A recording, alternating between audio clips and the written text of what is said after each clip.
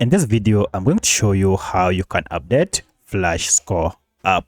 If you find this video helpful, I'll kindly request that you support me by liking the video and also by subscribing to this channel.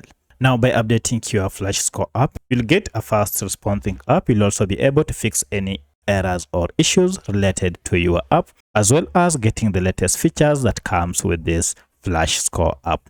To do this is quite simple. Just go ahead and search for this app either through Google Play Store or App Store and find out if we have a new version of Flashscore app. I'm currently on Android, and therefore I'll go ahead and look for Google Play Store here.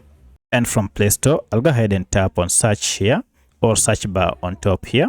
And then just enter the name of the app like that and tapping on search button. Now, if I tap on it, you can see we have an option to update, which means I've been using an outdated version of Flashscore app. To update, tap on update, and this will go ahead and download the latest version of Flashscore app and then install it on your smartphone. Once the app has been installed, now you can proceed and tap on open to start using the latest version of Flashscore app.